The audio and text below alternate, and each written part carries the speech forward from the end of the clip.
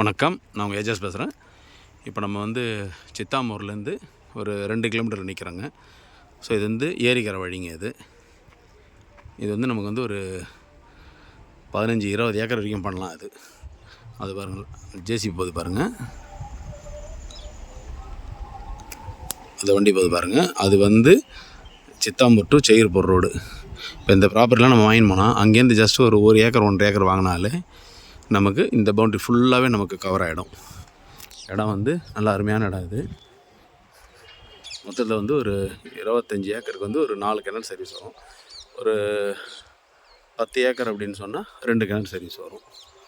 இடம் நல்லா அருமையாக இருக்குங்க.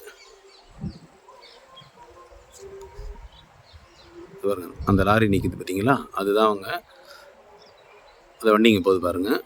அது வந்து நமக்கு வந்து சித்தாமூர் டு செய்யூர்புரம் ரோடுங்க. அது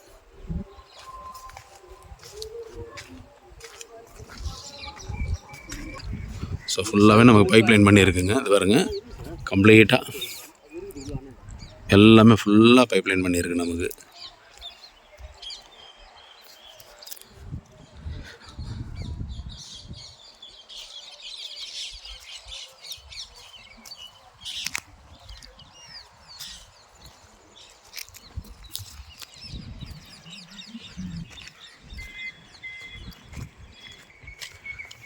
அது பாருங்கள், ஏரிக்கரை வந்து நமக்கு இதுலேருந்து ஆரம்பித்து ஃபுல் ஸ்ட்ரக்சர் வந்து நமக்கு ஏரிக்கரை ஃப்ரண்டேஜ் நமக்கு வருது.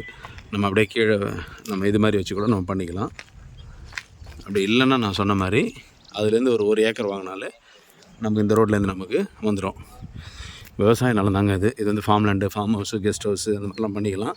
இல்லைன்னா கன்வர்ஷன் பண்ணி நம்ம டிடிசிபி லேஅவுட் கூட பண்ணலாம்.